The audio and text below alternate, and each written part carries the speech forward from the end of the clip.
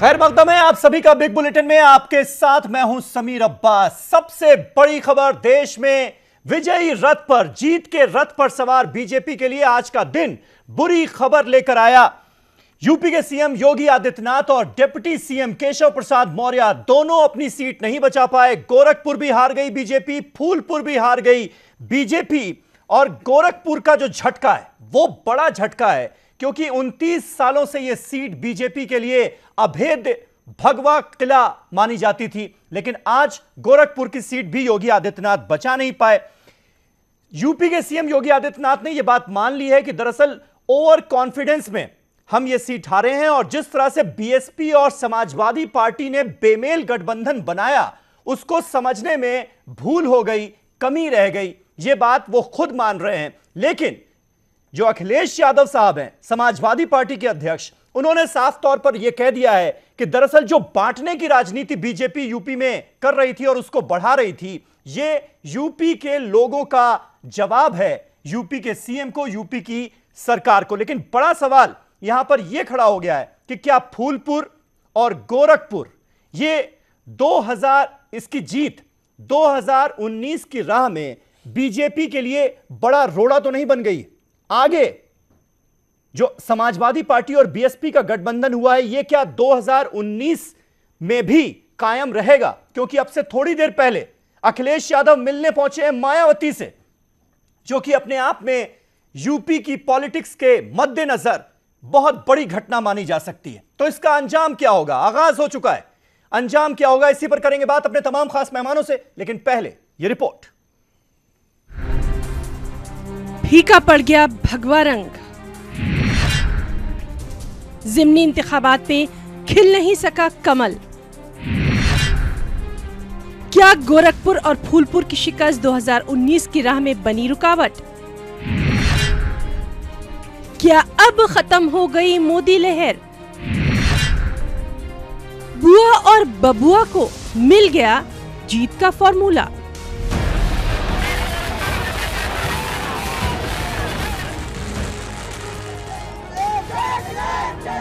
आज जश्न बीजेपी नहीं बल्कि एसपी और बीएसपी के खेमे में मनाया जा रहा है। गोरखपुर और फूलपुर लोकसभा सीट पर एसपी और बीएसपी इत्तेहाद को जबरदस्त जीत हासिल हुई। वहीं यूपी के वज़ीर आला योगी आदित्यनाथ का किला मुनहदिम हो चुका है। नायब वज़ीर आला केशव प्रसाद मौर्य के हलका फूलपुर में बीजेपी का कमल मुरझा चुका है। योगी ने इस ज़िमनी इंतखाबात को एक रिहर्सल करार दिया था। योगी ने कहा था कि उनकी जीत का फर्क इतना बड़ा होगा कि लोग देखते रह जाएंगे। लोग वाकई देखते रह गए और सुन भी रहे हैं कि अब सीएम क्या कह रहे हैं। देखिए, जनता के फैसले को हम स्वीकार करते हैं। जो ये जनता ने फैसला दिया है यह अप्रत्याशित है। हम लोगों ने पूरी मेहनत की थी, लेकिन कहाँ कमी रह गई है, इस बात की हम अवश्य समीक्षा करेंगे, जिससे 2019 में सपा बसपा का जो यह राजनीतिक सौदेबाजी एक बार पुनः प्रदेश और देश के विकास को बाधित करने की दिशा से बना है,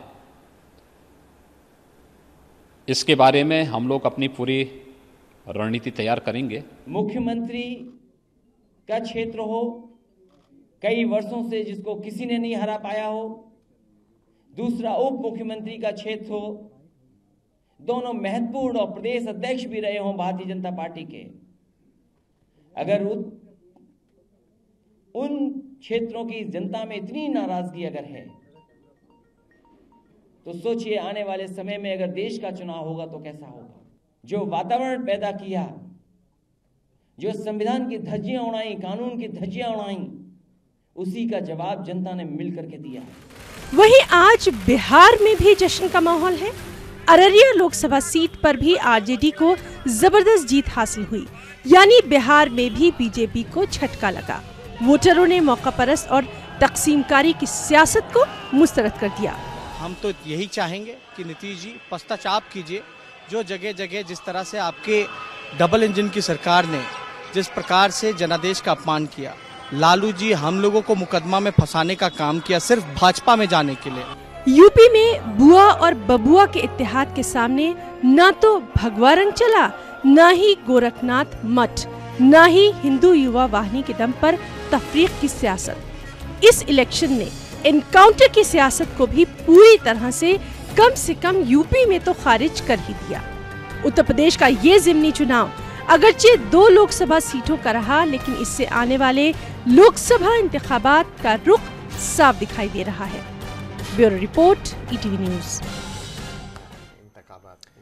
तो क्या गोरखपुर फूलपुर की हार 2019 में बीजेपी की हार में रोड़ा बन चुकी है? यह अहम सवाल आज की डिबेट में मैं उठाने जा रहा हूं। तमाम खास मेहमान हमारे साथ मौजूद हैं। हमारे साथ राकेश त्रिपाठी जुड़ चुके हैं, जो कि भारतीय जनता पार्टी के स्पोक्स पर्सन हैं। सुनील सिंह साजन हमारे साथ हैं, समाजवादी पार्टी के स्पोक्स पर्सन हैं, एमएलसी भी हैं। दीपक पांडे हमारे साथ मौजूद हैं, बीएसपी के युवा नेता हैं। सुरेंद्र राजपूत साहब कांग्रेस के स्पोक्स पर्सन हमारे साथ इस डिबेट का हिस्सा हैं। साथ ही साथ एक और खास मेहमान मोहम्मद नेमतुल्लाह साहब, जो कि एमएलए हैं, आरजेडी के स्पोक्स पर्सन हैं, वो भी हमारे साथ पटना से लाइव इस बहस का हिस्सा हैं। और डॉक्टर शुर्वो कमल दत्ता, जो कि पॉलिटिकल एनालिस्ट हैं, सोशल एनालिस्ट हैं, वो हमारे साथ इस बहस में जुड़े हैं स्टूडियो से ही। लेकिन राकेश, पहला सवाल आपसे, क्या आप ये बात मानते हैं कि दरअसल ओवर कॉन्फिडेंस की वजह से बीजेपी ये चुनाव हारी है? आप लोग इत्मीनान से बैठे हुए थे कि वे गोरखपुर तो जीतना ही है, सीएम की सीट है, फूलपुर तो जीतना ही है, डेप्यूटी सीएम की सीट है, बीएसपी एसपी ने गठबंधन कर लिया, आप उसकी अहमियत समझ ही नहीं पाए क्योंकि आप ओवर कॉन्फिडेंस में मशगूल थे, चूर चूर थे। उसका नतीजा आज सामने है आपके। देखिए समीर, जो आप जो कारण बता रहे हैं ये भी एक कारण हो सकता है, लेकिन जीत के कई कारण होते हैं, वैसे ही हार के भी कई कारण होते हैं।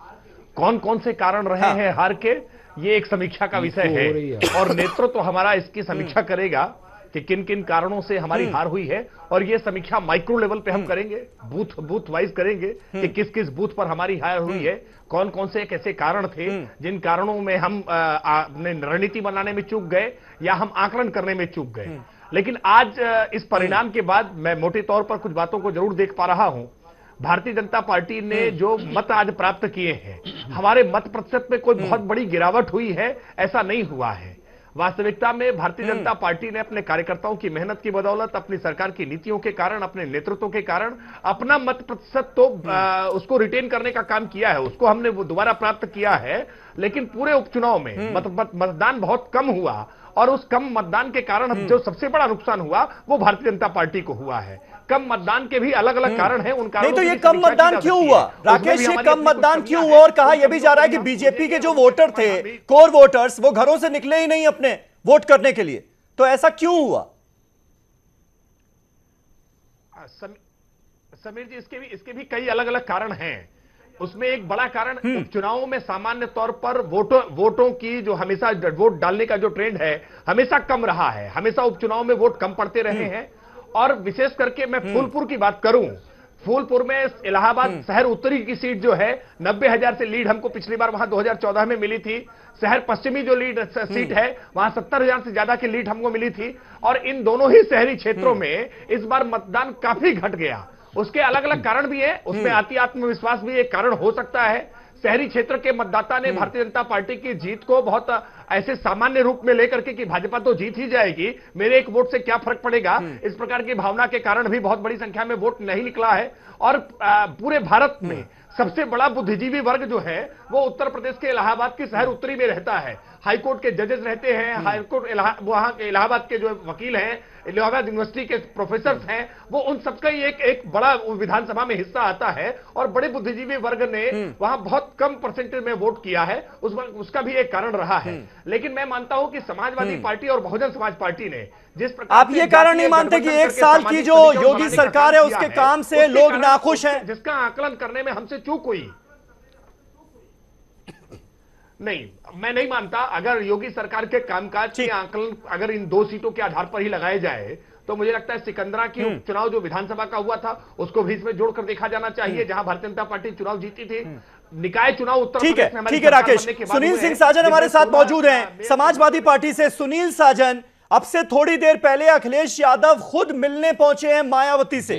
मुझे लगता है यूपी के राजनीतिक इतिहास, सियासी इतिहास के हिसाब से यह बहुत बड़ी घटना है। क्या यह माना जाए कि अब 2019 में समाजवादी पार्टी और बीएसपी साथ मिलकर चुनाव लड़ने जा रहे हैं? यह बात क्या तय मान ली जाए इस मुलाकात के बाद? देखिए समीर जी, मैं ये कह सकता हूं कि मायावती जी ने समर्थन किया था जब हम चुनाव लड़ रहे थे, और माननीय राष्ट्रीय अध्यक्ष जी ने आज उनका धन्यवाद दिया है, जा करके धन्यवाद दिया है। अभी मैं भारतीय जनता पार्टी के प्रवक्ता को सुनना था। एक आपका सवाल बहुत अच्छा है कि ये 1 साल सरकार के काम काज का रिपोर्ट कार्ड है, ये अभी नहीं मान रहे। और इन्होंने जिस तरीके से लगातार पिछड़ों को अपमानित किया, दलितों को अपमानित किया, पिछड़ों को सांप कहा, दलितों को अलग अलग शब्दों से इन लोगों ने नवाजा, और मुसलमानों को संदेह की नजर से देखा। मैं कह रहा हूं कि ये जीत केवल पिछड़े दलितों की और मुसलमानों की जीत नहीं है, ये जीत शिक्षा मित्रों की भी है, ये जीत आंगनबाड़ी वाली उन बहनों की भी है जो लखनऊ में आके लाठी खा के गए हैं। और ये दलित और पिछड़ों को कैसे अपमानित कर रहे हैं? आज जब गिना रहे हैं कि वोट नहीं निकला, कह रहे हैं कि जो हमारा वोटर है वो बुद्धिजीवी है। इसका मतलब हमारा जो वोटर है वो बेवकूफ है। हाँ। अभी भी उसको आप अनपढ़ मान रहे हैं, पिछड़े और दलित को। अभी भी आप उनको, आप किन किन भाषाओं से उनका आप संबोधन करेंगे? तो मैं ये कह रहा हूं, ये इनका जो एक गुमान था, इनको लगता था कि दलित और पिछड़ों को किसी भी दर्जे से आप नवाज सकते हैं, कुछ भी आप कह सकते हैं, मुसलमानों को संदेह के नजरिए से देख सकते हैं, और राष्ट्रवादी बने बैठे। नहीं तो सुनील साजन, मैं यही तो आपसे जानना चाह रहा हूं ना कि अब तो ये जिताऊ इक्वेशन हो गया ना, अब तो ये जीत दिलाने वाला इक्वेशन हो गया। अगर समाजवादी पार्टी और बसपा का साथ पसंद है यूपी को, तो कम से कम इन 2 चुनावों के नतीजे तो ये बता रहे हैं। अब तो ये आगे बढ़ेगा या नहीं बढ़ेगा? नहीं समीर जी, मैं ये कह सकता हूं, समीर जी मैं ये कह सकता हूं, ये जिनको सांप और छछूंदर समझते थे, उन्हीं सांप और छछूंदर ने सामंतवादी जो फन था उस फन को कुचला है। और ये लड़ाई अभी आगे जाएगी। ये अभी कह रहे हैं कि ये समझौता था, हम मान रहे समझौता था। समझौते में हमने उत्तर प्रदेश के मुख्यमंत्री को हराया है, गठबंधन में हम देश के प्रधानमंत्री को हराएंगे और डंके की चोट पर हराएंगे। सामंतवादी विचारधारा के लोगों को, जो इस देश को तोड़ना चाहते हैं, जो सांप्रदायिक ताकतें हैं, हम जो सेकुलर लोग हैं पूरे देश में, उनको एक करके हमारे नेता माननीय अखिलेश यादव जी ने एक रास्ता खोला है। उन्होंने कहा सांप्रदायिक ताकतों को रोकने के लिए अगर हमको कोई समझौता भी करना पड़ेगा तो हम समझौता करेंगे, तो करेंगे। ठीक है सुरेंद्र राजपूत साहब, कांग्रेस पार्टी जो इतनी खुश नजर आ रही है इस जीत के बाद समाजवादी पार्टी की, तो यह सवाल उठ रहा है सुरेंद्र राजपूत साहब कि भाई बेगानी शादी में अब्दुल्ला दीवाना वाला हाल है कांग्रेस पार्टी का। आप लोग साथ तो आए नहीं, समाजवादी पार्टी को बीएसपी ने सपोर्ट किया, कांग्रेस ने अपने कैंडिडेट उतारे, एक तरह से वोट काटे, उसके बाद खुशी मनाने के लिए आप साथ आ गए। क्या चक्कर है ये? समीर भाई देखिए, बिल्कुल आपकी बात वाजिब है।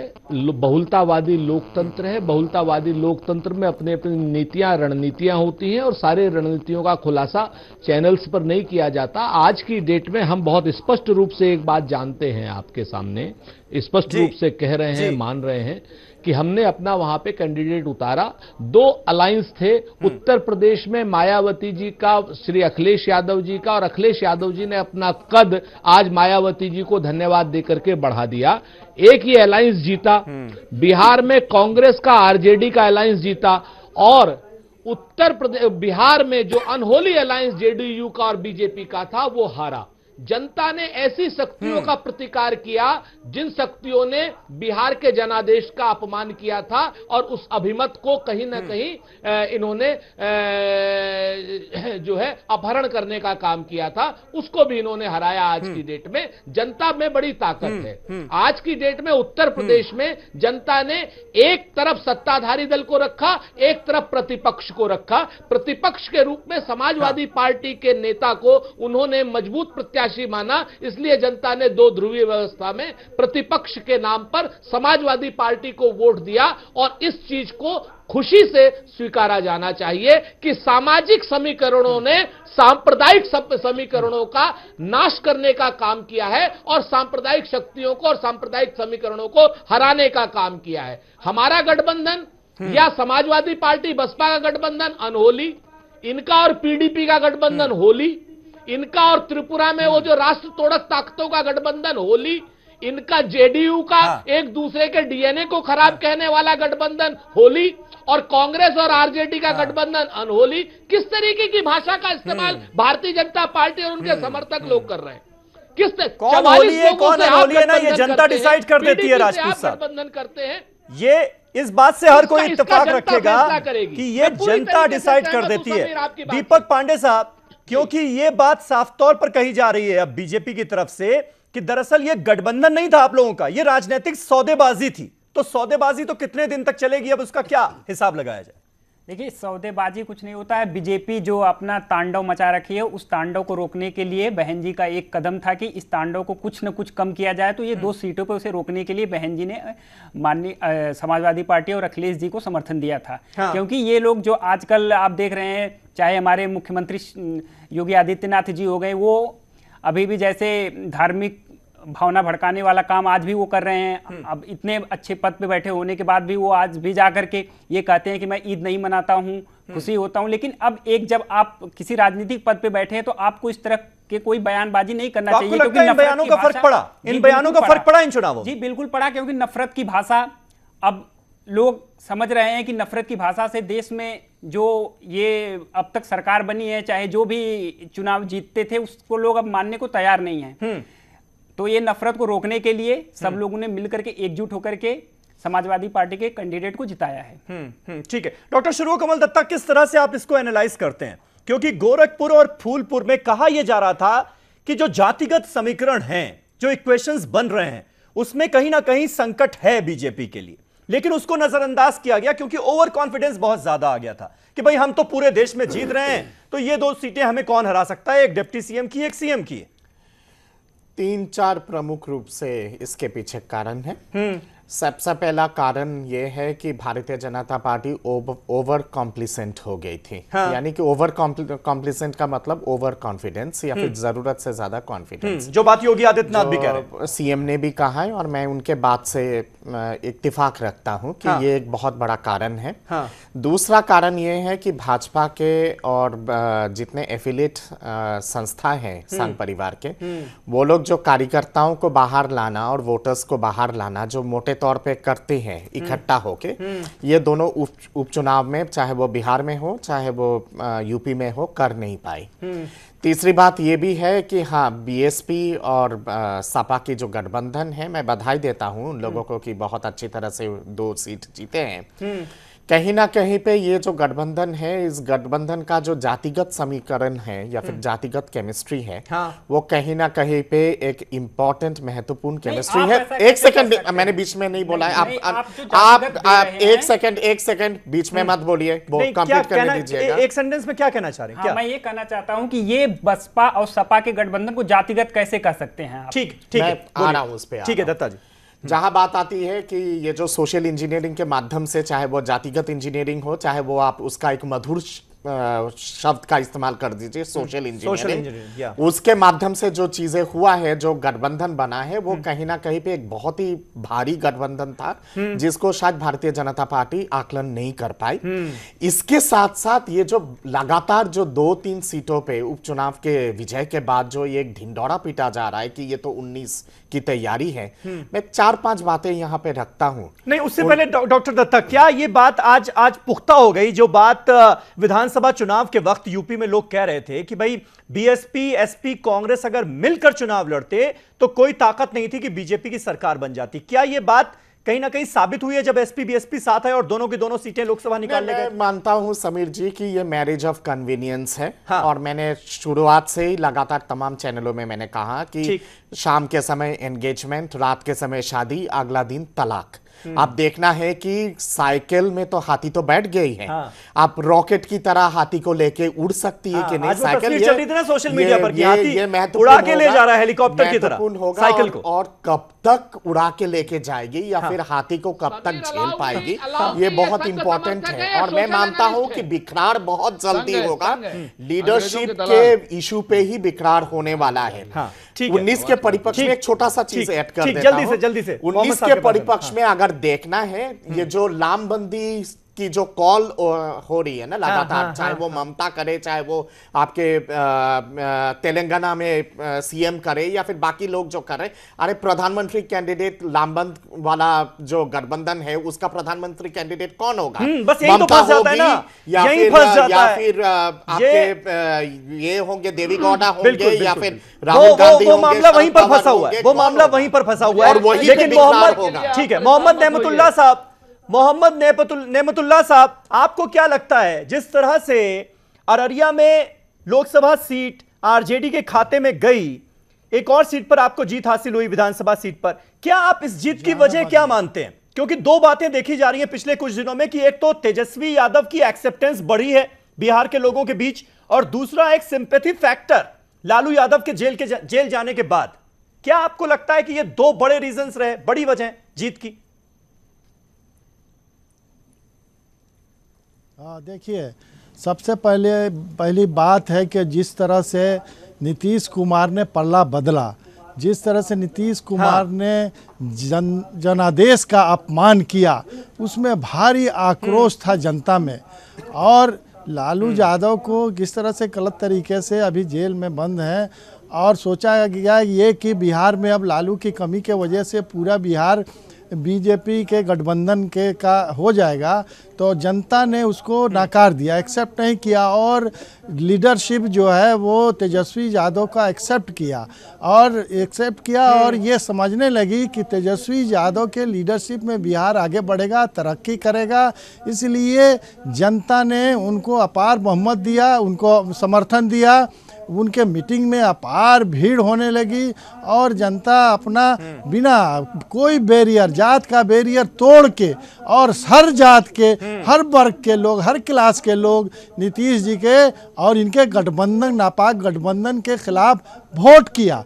उसी के नतीजे में आज हुआ कि बिहार को जिस तरह से ये ले जाना, ढकेलना चाहते थे, इनके नेता जाके अररिया में बोले कि अगर आरजेडी का कैंडिडेट जीत जाएगा तो ये आईएसआई का सेंटर बन जाएगा। इसको लोगों ने तमाचा मारा, उन्होंने नकार दिया कि नहीं, कभी हमारे लोग आईएएस के एजेंट नहीं हो सकते हैं और बिहार और अररिया का किशनगंज कहीं हो नहीं सकता है। ये तुम जो कह के जा रहे हो, तुमको हम बदला देंगे। और जनता ने इसका बदला दिया उनको, और उनकी मुंह की खानी पड़ी। अब तो बीजेपी की उल्टी। राकेश त्रिपाठी, एक छोटा 10 सेकंड का आंसर आपसे चाहूंगा कि इस तरह के, देखिए बयानों को, पैटर्न क्या है, इस तरह के बयानों को खारिज कर रही है जनता। जब आप कहते हैं कि ये कैंडिडेट जीत गया तो आईएसआई यहां पर आ जाएगी, ये कैंडिडेट जीत गया तो औरंगजेब का शासन हो जाएगा, इन सारी बातों को खारिज किया जा रहा है। आप ध्यान दे रहे हैं क्या?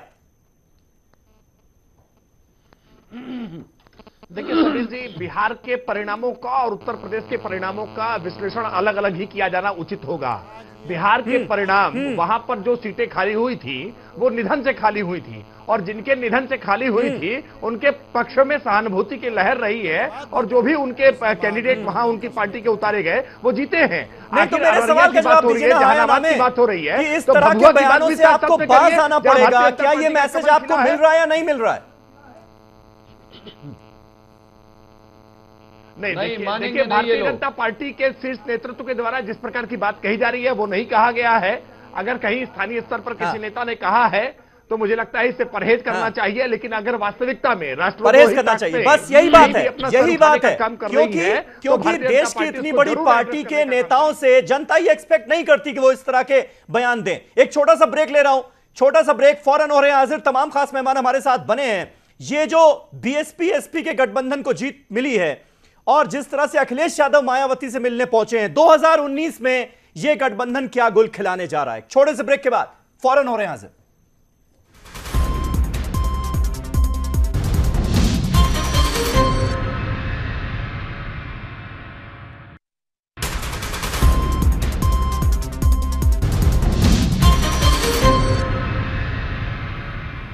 तो गोरखपुर और फूलपुर की जो हार मिली है बीजेपी को, ये 2019 में क्या रंग दिखाएगी, ये है हमारा आज का सवाल। एक दिलचस्प आंकड़ा मेरे पास ये भी है कि इस उपचुनाव के नतीजे आने के बाद, बाईपोल्स के नतीजे आने के बाद, अब बीजेपी के पास लोकसभा सीटों की संख्या 273 हो गई है, जो कि बहुमत से एक ही ज्यादा है। बहरहाल अब रुख हम करेंगे सुनील साजन का। सुनील साजन, मुझे यह बताइए कि जब एक तरफ आप ये कह रहे हैं, बीजेपी ये मान रही है बल्कि कि ओवर कॉन्फिडेंस जो है साथ में, जी बोलिए समीर जी, एक प्रश्न मेरा और साथ में जोड़ दीजिए सुनील जी से, तो ज्यादा अच्छा रहेगा। ईवीएम पर भरोसा इनका मजबूत हो गया है या नहीं हो गया है? आज की जीत पर इन्होंने ईवीएम पर प्रश्न खड़े करना बंद कर दिया है नहीं? नहीं, जब शुरुआत में स्थिति डावाडोल चल रही थी तब ईवीएम का जिक्र हुआ था, लेकिन उसके बाद जब समाजवादी पार्टी जीतने लगी दोनों जगहों पर तो फिर वो जिक्र बंद हो गया बिल्कुल। सुनील सिंह साजन, मुझे यह बताइए कि ओवर कॉन्फिडेंस का यहां पर जिक्र हो रहा है कि ओवर कॉन्फिडेंस बीजेपी को ले डूबा। 2019 की महाजीत का आगाज बता रहे हैं अखिलेश यादव इसे। इन 2 सीटों पर आप जीते हैं और 2019 की जीत का, महाजीत का आगाज, ये कहीं आप भी तो ओवर कॉन्फिडेंस नहीं दिखा रहे हैं? देखिए समीर जी, हम ओवर कॉन्फिडेंस में नहीं हैं और न ही मैं भारतीय जनता पार्टी को ओवर कॉन्फिडेंस में मानता हूं, क्योंकि जब भारतीय जनता पार्टी चुनाव लड़ रही थी तब इनके लिए पिछड़े भी दलित थे, इनके पिछड़े भी हिंदू थे, इनके लिए दलित भी हिंदू थे। और जब सत्ता में आ गए, आप देखिए महाराष्ट्र की घटना, जब झगड़ा हुआ बड़ी जातियों के समुदाय में और दलितों में, तो टीवी पर चला कि दलितों और हिंदुओं में झगड़ा हो गया। तब पहली बार समझ में आया कि सामंतवादी विचारधारा के लोग, मनवादी व्यवस्था को मानने वाले लोग, न दलितों को हिंदू मानते हैं न पिछड़ों को हिंदू मानते हैं। तब दलित और पिछड़ों ने अपनी ताकत दिखाई है। तो मैं ये कह रहा हूं, ये स्वाभाविक गठबंधन था। दलित और पिछड़ा सगे भाई की तरह है, छोटा भाई बड़ा भाई। आपस में अगर मनमुटाव हो गया, इसका मतलब नहीं कि पड़ोसी चढ़ जाएगा आकर के। जब पड़ोसी चढ़ेगा तो उसको वही जवाब मिलेगा जो गोरखपुर में मिला है, उसको वही जवाब मिलेगा जो फूलपुर में मिला है। कम से कम जब डॉक्टर भीमराव अंबेडकर जी ने संविधान में कह दिया कि सबको बराबर का हक दो, सबको एक नजरिए से देखो, तो आप अभी भी उनको दो एक नजरिए से देख रहे हैं। तो मैं ये कह सकता हूं कि ये अभी भी ये कहकर के सुनील साजन, आज आप लाल टोपी लगाकर बैठे हैं, इस लाल टोपी के बारे में ये बोला गया कि भाई लाल टोपी को डुबा दिया जाएगा, इसका कोई वजूद नहीं रह जाएगा यूपी में। आपको लगता है इस तरह के बयानों का नुकसान हुआ या फायदा हुआ आपको? मैं उसी पे आ रहा था, नजर आ रहा है। नहीं, मैं उसी पे आ रहा था। आपने सवाल कर दिया। मुख्यमंत्री योगी आदित्यनाथ सदन में अगर ये बोले कि लाल टोपी वालों को बर्बाद कर देंगे, डुबा देंगे, तो मैं उस दिन ये तो समझ गया था कि मुख्यमंत्री जी को लाल टोपी का इतिहास नहीं मालूम। ये लाल टोपी वो है जिन्होंने अंग्रेजों को भगा दिया, तो आपकी क्या बिसात है। लेकिन मैं ये कह सकता हूं, जिसको आप डुबाने की बात कर रहे थे, लाल टोपी को, वही लाल टोपी आपके गढ़ में घुस करके आपको डुबा दिया है। आज कम से कम अब तो मुख्यमंत्री जी को लाल टोपी का एहसास भी हो गया होगा, लाल टोपी की हैसियत भी मालूम हो गई होगी, और रात बिरात लाल टोपी के बारे में पढ़ लेंगे, उसका इतिहास जान लेंगे। तो मुझे लगता है कि इसके बाद लाल टोपी के बारे में कम से कम नहीं बोलेंगे। ठीक है, राकेश इसका जवाब देना चाह रहे हैं। राकेश, देखिए आज ये 2 सीटें जीते हैं, 2 सीटें जीत करके जो कुछ मन में आए वो कह ले। लेकिन ये भूल रहे हैं कि अभी अभी निकाय चुनावों में बुरी तरह से पराजय इनकी हुई है। सिकंदरा का उपचुनाव हारे हैं और 2019 नजदीक है। इंतजार करिए 2019 में इसका तब आप सांप और छछूंदर से नहीं लड़े थे, अब की आप गलत जगह लड़ गए हैं। अब आप सांप छछूंदर से लड़े थे। मैंने फिर कहा जब समझौता था तो इसीलिए तो कहा जा रहा है कि अब ओवर कॉन्फिडेंस को खत्म करना होगा, ओवर कॉन्फिडेंस को खत्म करना होगा। लेकिन राकेश त्रिपाठी मुझे ये बताइए कि ये बात सामने आ रही थी लगातार कि भाई उपेंद्र शुक्ला जो गोरखपुर में कैंडिडेट थे वो योगी की पसंद नहीं थे, प्लस जो केशव प्रसाद मौर्य और योगी आदित्यनाथ का आपसी झगड़ा है वो भी सत्ता पर आ चुका था। तो ये सारी चीजें भी एक बड़ी वजह बनी। मानते हैं आप इस बात को? नहीं, ये बातें सब मीडिया के द्वारा खड़ी की गई बातें हैं। उपेंद्र झगड़ा है, भारतीय जनता पार्टी के क्षेत्रीय अध्यक्ष हैं, लोगों में झगड़ा है, इसको स्वीकार और भारतीय जनता पार्टी के संगठन का निर्णय था। हमने पहले ही कहा कि जीत सामूहिक होती है, हार भी सामूहिक है। हार के अलग अलग जो भी कारण हैं, इन सभी कारणों की हम समीक्षा करेंगे और माइक्रो लेवल पर करेंगे। जो खामियां हैं, जो कमियां रह गई हैं, उन कमियों को हम दूर करने का काम करेंगे। सामूहिक नेतृत्व इसकी जिम्मेदारी लेगा। इसके लिए अलग से किसी व्यक्ति को जिम्मेदार ठहरा देना या किसी व्यक्ति की जिम्मेदारी तय करना ये ठीक नहीं है कि एक व्यक्ति ने हरा दिया है या एक व्यक्ति ने जिता दिया है। इसके अलग अलग कारण होते हैं और उपचुनाव में तो स्थानीय कारण बहुत प्रभावी होते हैं। कई अलग अलग तरह के स्थानीय कारण हैं उसके। हम मानते हैं कि हमारी सैद्धांतिक राजनीति कहीं ना कहीं आज जातिवादी इनकी व्यवहारिक राजनीति के सामने पराजित हुई है, लेकिन हम अपनी सैद्धांतिक राजनीति को इतना मजबूत करेंगे कि इस प्रकार के जातीय तंत्र बनाने का कितनी भी कोशिश करें। आप सुनील यादव के साजन के मुंह से आज जितनी भी बातें सुनिए, हर बात में जाति, हर बात में जाति। उत्तर प्रदेश की जनता ने इसी जाति को खारिज किया है 2014 में भी, तो कहा जाता है कि आप धर्म की राजनीति करते हैं, वो जात की राजनीति करते हैं।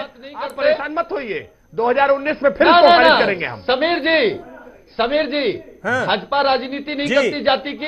ये लोग प्रधानमंत्री की जात बताते हैं, ये वही भाजपा के लोग। जाति तो प्रियंका जी बता रही थी। नहीं, लोग तो ये कह रहे हैं कि भाजपा जो है वो धर्म की राजनीति करती है, आप जाति की राजनीति करते हैं। फर्क इतना ही है। सुरेंद्र राजपूत साहब, ठीक है, सुरेंद्र राजपूत साहब, अब गोरखपुर और फूलपुर के बाद ये बात साफ हो गई है कि भले ही यूपी को अच्छे लड़कों का वो साथ पसंद नहीं था, लेकिन अब ये जो बुआ और भतीजे का साथ है ये पसंद है। ये साफ कर दिया इन बाईपोल्स ने।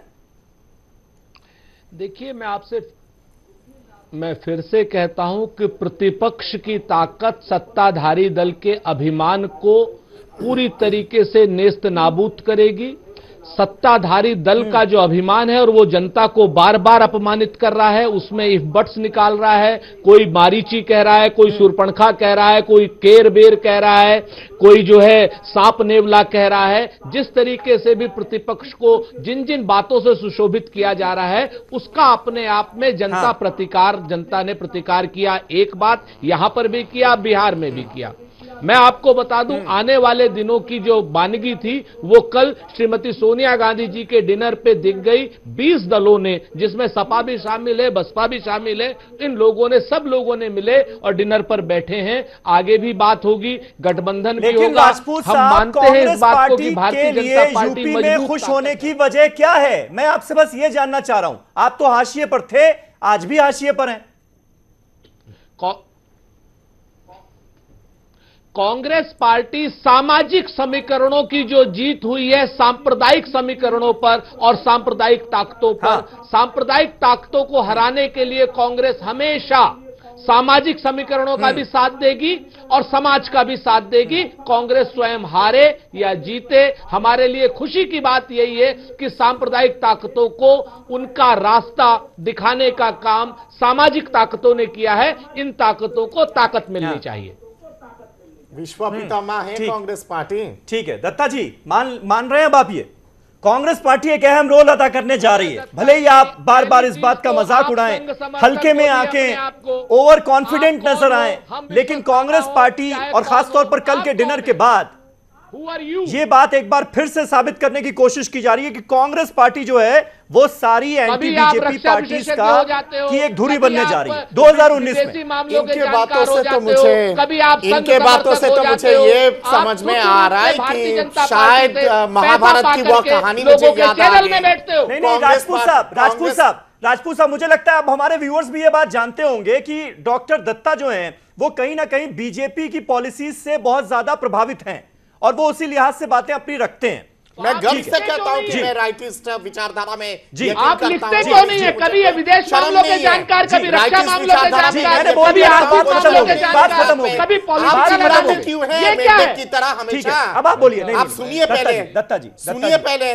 उसके बाद इन्होंने उससे पहले इन्होंने बहुत गंदा शब्द का इस्तेमाल किया। लेकिन आप मेरे सवाल का जवाब आप पहले आपको लगता है कांग्रेस में वो मादा है, उसका जवाब दीजिए ना। सबसे महत्वपूर्ण बात मुझे यहाँ पे ये लगती है, इनके बातों को सुन के महाभारत की वो कहानी मुझे याद आती है। कांग्रेस या तो संजय है महाभारत के, या तो विश्व पितामह है कि दूसरे के जीत में वाह वाह करके विजय मना रही है। अरे आपके गिरिबान में झांक के देखिए ना, आप खुद क्या है।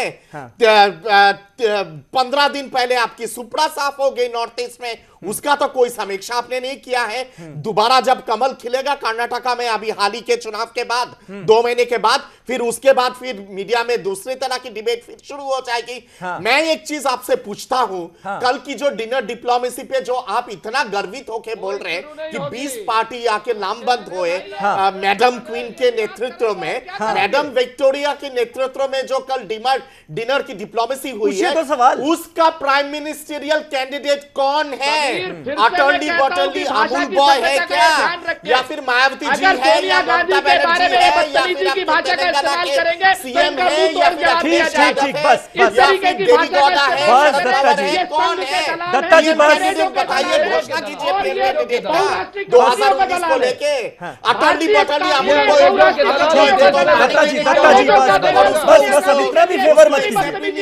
बस ठीक है।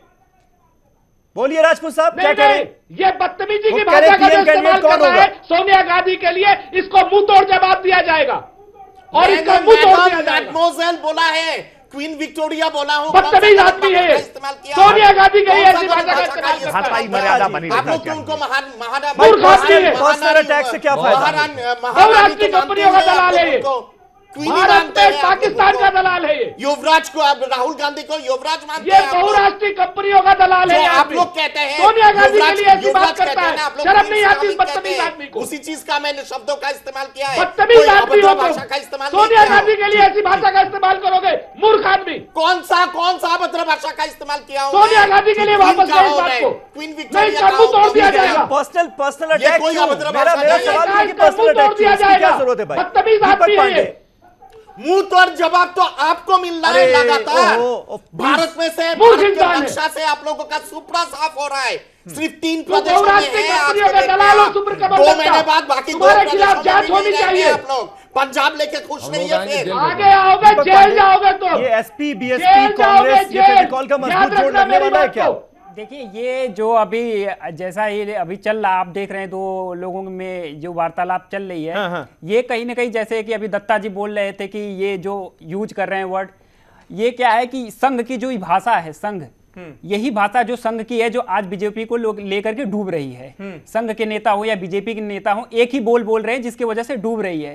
तो ये कहीं ना कहीं ये लोग जो धार्मिक भावना भड़काने वाला हो या धार्मिक सांप्रदायिक जो राजनीति है करने के लिए ये यूज होता है, शुरू से यूज होता आ रहा है, जब से संघ सत्ता में आने की कोशिश कर रहा है। तो अब ये लोग नहीं समझ पा रहे हैं, लेकिन जो ये आगे चल रहा, आज जो हम लोगों को एक देखने को मिला कि सपा बसपा का समर्थन हम लोगों को अच्छा रिजल्ट दिया है, तो आगे हमारे जो शीर्ष नेता हैं, माननीय बहन जी, चाहे अखिलेश जी हो गए राष्ट्रीय अध्यक्ष समाजवादी पार्टी के, तो ये लोग अब इस पे मंथन होगा, चिंतन होगा 2019 के लिए। जिस तरह से जनता खुश है, जनता हम लोगों को सत्ता में लाना चाहती है, तो इस पे जरूर लोग विचार विमर्श करेंगे। मोहम्मद नेमतुल्लाह साहब, क्या राहुल गांधी की लीडरशिप मंजूर होगी आपको, आरजेडी को? क्योंकि ममता बनर्जी तो ये साफ कर चुकी हैं। ममता बनर्जी की पार्टी ने कह दिया कि भाई पीएम कैंडिडेट वो शख्स होना चाहिए जो कि सीएम रहा हो, केंद्र में मंत्री बनने का अनुभव उसके पास हो। तो उसमें, उस क्राइटेरिया में तो राहुल गांधी फिट बैठते नहीं है। क्या आप लोग तैयार होंगे? दूसरी पार्टियां तैयार होंगी? देखिए, ये तो बात की बात है। अभी ममता दीदी ने ये यहाँ बधाई दिया लालू यादव को और तेजस्वी यादव को, फ़ोन करके बधाई दिया, ट्वीट करके बधाई दिया बिहार के जीत पर। तो अब लालू यादव की पहल थी कि सारे विपक्षी दल जो सेकुलर हैं वो सब एक प्लेटफार्म पर आवें और एकजुट होके मुकाबला करें। अगर सोनिया जी ने पहल करके और डिनर पर बुलाया 20 पार्टियों को, लालू यादव ने भी रैली किया था तो पटना में 20 पार्टियां मौजूद थी, आई थी, ममता दीदी भी थे, अखिलेश जी भी थे और मायावती भी अपना रिप्रेजेंटेटिव भेजी थी।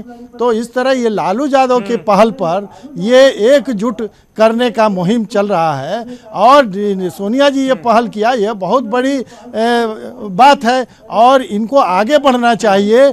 अब अभी कौन प्रधानमंत्री, अभी तो एकजुट करके और पूरा बीजेपी पर हमला बोलना है। जिस तरह ये देश और राज्य का माहौल खराब कर रहे हैं और बिहार में खास तौर से जिस तरह से इन्होंने पार्टी बदलवाया है, डरवा धमका के या कौन सी साजिश रच के नीतीश कुमार को अपने पल्ले में ले गए हैं। और नीतीश कुमार को लोग कहते थे एक चेहरा है, उनके चेहरे पर बिहार में महागठबंधन की सरकार बनी, लेकिन आज जनता ने बता दिया कि चेहरा हो रहा कुछ नहीं है। अगर सही करोगे तो हम ठीक है, तुम्हारे साथ हैं, अगर गलत करोगे, जनादेश का अपमान करोगे तो हम माफ नहीं करेंगे। और जनता ने आज उनको बता दिया कि हम माफ नहीं करेंगे, आने वाले वक्त में भी तुमको सबक सिखाएंगे, गद्दी से हटाएंगे और यहाँ और दिल्ली में सेकुलर फोर्सेस की सरकार बनेगी।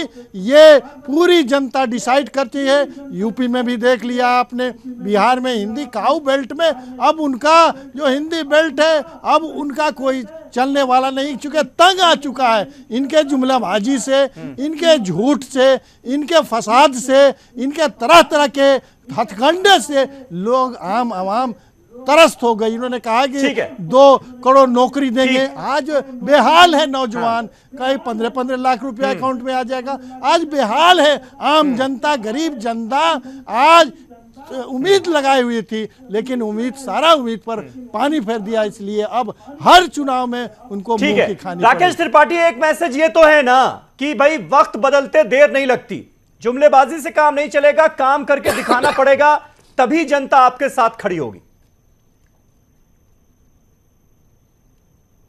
नहीं, जनता तो हमारे साथ खड़ी है ही।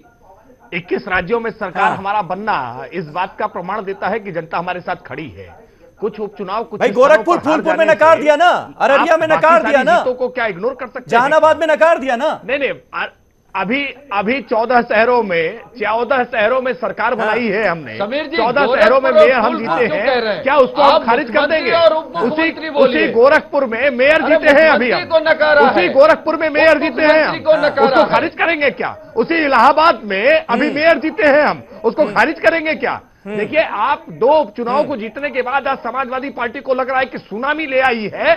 आप इस भ्रम में बने रहिए। 2019 में हम आपको इसका मुकम्मल जवाब देंगे और हम पूरी तरह से आश्वस्त हैं कि विकास के एजेंडे को लेकर के जो प्रधानमंत्री नरेंद्र मोदी जी ने सियासत की है, आज सबको आज विकास के एजेंडे पर बात करने आना पड़ा है। लेकिन जिस तरह से समाजवादी पार्टी ने फिर से जातिवाद की तरफ यू टर्न किया है, मुझे पूरी उम्मीद है कि समाजवादी पार्टी और बहुजन समाज पार्टी के लिए आने वाला चुनाव बहुत मुश्किलें पैदा करेगा इनके लिए।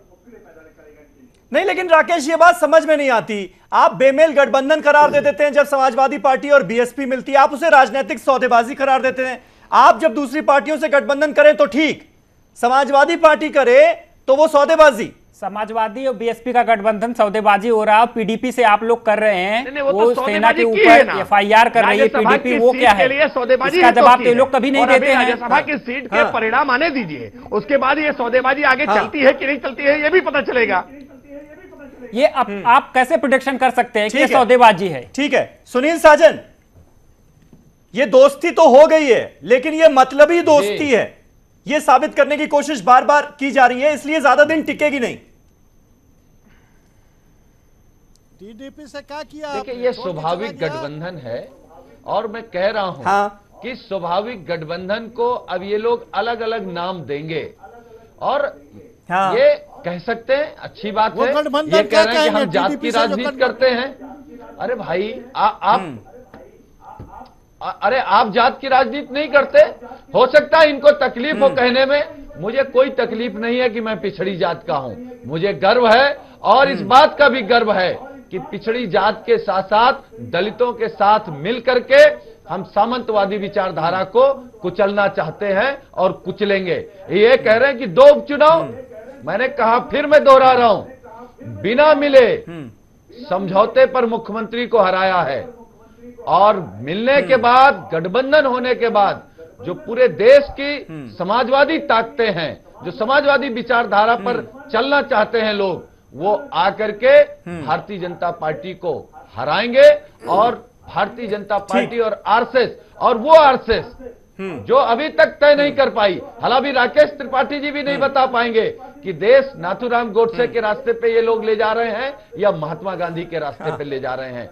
ये महात्मा गांधी के हत्यारे लोग हैं और हत्यारे लोग कितनी दूर तक देश को अच्छे राह पर ले जाएंगे, ये मुझे लगता है। इसीलिए भाई ऐसा कहने से थोड़ा चलता है, इसीलिए सुप्रीम कोर्ट का डिसीजन का अपमान कर रहे हैं। सुप्रीम कोर्ट ने 3 बार आरएसएस को क्लीन चिट दिया है महात्मा गांधी जी के मर्डर को लेकर। शायद इनको पता भी नहीं है, अलग डिबेट है, बहुत सारी डिबेट मैं खुद कर चुका हूं, बहुत सारी डिबेट मैं खुद कर चुका हूं इस पर गांधी जी की हत्या पर। ठीक है, वो डिबेट हम फिर करेंगे। दलितों का हित के बारे में आपको तब क्यों याद नहीं आया था जब लखनऊ गेस्ट हाउस में उतना घिनौना कांड आपके कार्यकर्ताओं ने किया था और आपकी सरकार ने किया था मायावती जी के खिलाफ? उस समय याद नहीं था दलितों के बारे में? हत्यारे होने के बावजूद भी अरे लखनऊ में क्या किया थे?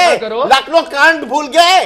लखनऊ के गेस्ट हाउस का कांड भूल गए क्या? और यही मायावती जी हाथ जोड़ के गई थी अटल जी के पास, अडवाणी जी के पास कि लेकिन सबसे अब तक गोमती में बहुत पानी बह चुका है, गोमती में बहुत पानी बह चुका है दत्ता जी, बहुत पुरानी बात हो गई, बहुत पुरानी बात हो गई। आपके शासन के दौरान, सपा के शासन के दौरान जब अखिलेश जी मुख्यमंत्री थे और मुलायम सिंह मुख्यमंत्री थे, सबसे ज्यादा अत्याचार दलितों के ऊपर आपके प्रशासन ने किया था।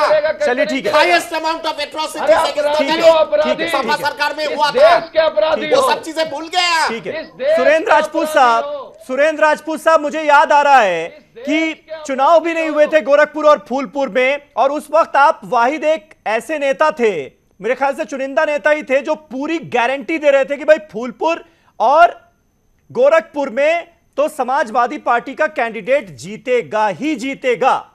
मैं आपसे जानना चाहता हूं किन इक्वेशंस के बल पर आप ऐसा कह रहे थे, और क्या आपको लगता है कि वो इक्वेशंस 2019 में भी कमाल दिखाएंगे? दलित पिछड़ा कॉम्बिनेशन और उसमें मुसलमानों को जोड़ दिया जाए तो? नहीं, समीर जी, मुझे कंफ्यूजन उत्पन्न हो रहा है। सुरेंद्र राजपूत जी कांग्रेस के प्रवक्ता है या समाजवादी पार्टी के प्रवक्ता? कांग्रेस के प्रवक्ता सपा की जीत की गारंटी कैसे ले रहे थे? दो बातें बड़ी क्लियर हैं। राकेश भाई बड़े परेशान हैं, तो मैं आपको बहुत साफ बता दूं, मैं कांग्रेस का प्रवक्ता था, प्रवक्ता हूं, और जब तक पार्टी मुझे प्रवक्ता रखेगी तो मैं प्रवक्ता रहूंगा। मुझे श्री राकेश त्रिपाठी जी का या तमाम संघ के लोगों का सर्टिफिकेट नहीं चाहिए। और रही बात एक बात की, तो मैंने बहुत स्पष्ट कहा कि आज की डेट में जो सांप्रदायिक ताकतें हैं उनको सामाजिक ताकतों ने जवाब दिया है। मुझे सामाजिक ताकतों के समीकरण पर भरोसा था, और भारतीय जनता पार्टी की जुमलेबाजी जिस तरीके से हो रही थी, हां, हम अगर संगठनात्मक रूप से मजबूत होते तो निश्चित तौर पर एक सीट हम जीतते, एक सीट समाजवादी पार्टी जीतती। संगठनात्मक रूप से हम मजबूत नहीं थे, वहां पर दोनों जगहों पर प्रतिपक्ष की सामाजिक ताकतों ने समाजवादी पार्टी को एक मजबूत प्रत्युत्तर माना, और उन्होंने बहुत स्पष्ट रूप से, जनता ने डिसाइड किया, पार्टियों ने डिसाइड नहीं किया। मैं जनता को, महान जनता को प्रणाम कर रहा हूं, फूलपुर की भी और गोरखपुर की भी। उन्होंने इस जनादेश देकर के लोकतंत्र की ताकतों पर विश्वास कायम किया है। आज की डेट में उत्तर प्रदेश का नहीं, पूरे देश का, चाहे अररिया की सीट हो, चाहे उत्तर प्रदेश की सीटें हों, आज की डेट में आप हमें प्रतिपक्ष में पानी पर लाठी मार करके ये लोग पानी को अलग करना चाहते हैं। पानी छलक सकता है, अलग नहीं होगा। आप लोगों के लिए एक नसीहत है, मेरा बड़ा स्पष्ट मानना है समीर भाई कि ये सारी चीजें छोड़ करके आज भी ये अगर, क्योंकि इन्हें 4 साल के लिए भी सत्ता और है उत्तर प्रदेश में, हमारा ये कहना है कि ये जुमलेबाजी छोड़ करके ठोस धरातल पर काम करें। बीएड के लड़कों को, बीपीएड के लड़कों को, सिविल सर्विसेज के लड़कों को नौकरियां दें, पुलिस वालों को नौकरी, पुलिस के बच्चों को नौकरियां दें, और आज की डेट में किसानों को, मतलब आप वो काम करें जिसके लिए लोगों ने आपको चुनकर सत्ता में भेजा है। आपकी जिम्मेदारी है उन वादों को निभाना जो आप कर आए हैं सत्ता में। इस तरीके की बहुत बहुत ये मैसेज तो दे दिया जनता ने, ये मैसेज तो दे दिया है, और ये भी मैसेज दे दिया है कि कोई सदा के लिए इस कुर्सी पर बैठने नहीं आया है। इस कुर्सी से आपको हटाया भी जा सकता है, सरकारें बदली जाती हैं। ये मैसेज साफ है जनता का, इसको समझने की जरूरत है। बहुत बहुत शुक्रिया आप सभी का हमारे साथ इस डिबेट में हिस्सा लेने के लिए। कल एक नए टॉपिक पर नई डिबेट के साथ हाजिर होऊंगा, तब तक के लिए शब बखैर।